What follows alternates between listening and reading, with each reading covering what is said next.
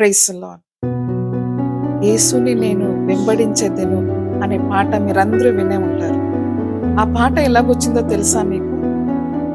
అస్సాంలో ఒక తండ్రి, తల్లి, ఇద్దరు కొడుకులు దేవుడిని నమ్ముకున్నారు.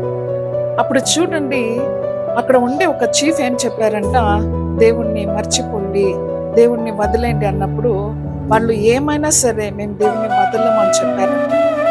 అప్పుడు వాళ్ళ కొడుకుల్ని ఆయన ఏం చేశారంట, అక్కడే చంపేశారంట. ఆయన చెప్పారంట, ఇప్పుడైనా దేవుణ్ణి వదిలే అని చెప్తే ఆయన నేను వదలను అని చెప్పారంట. అప్పుడు భార్యని కూడా అక్కడ చంపేశారంట.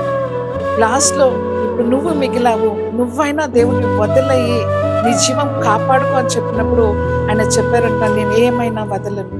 ఆయన పేరు ఏం తెలుసండి? నోక్సింగ్ అని చెప్పేసి. 19వ శతమానంలో జరిగిన ఒక కార్యం ఇదండి. చీఫ్ చూస్తా ఉన్నాడు, ఏమైనా కూడా దేవుడిని వదలను అంటా ఉన్నాడు కదా, ఈయన దేవుడు నిజమైన దేవుడు అని చెప్పి ఆ చీఫ్ కూడా దేవుడిని నమ్ముకున్నాడు. వాళ్ళంతా దేవుడి కొరకు ప్రాణం ఇచ్చారండి.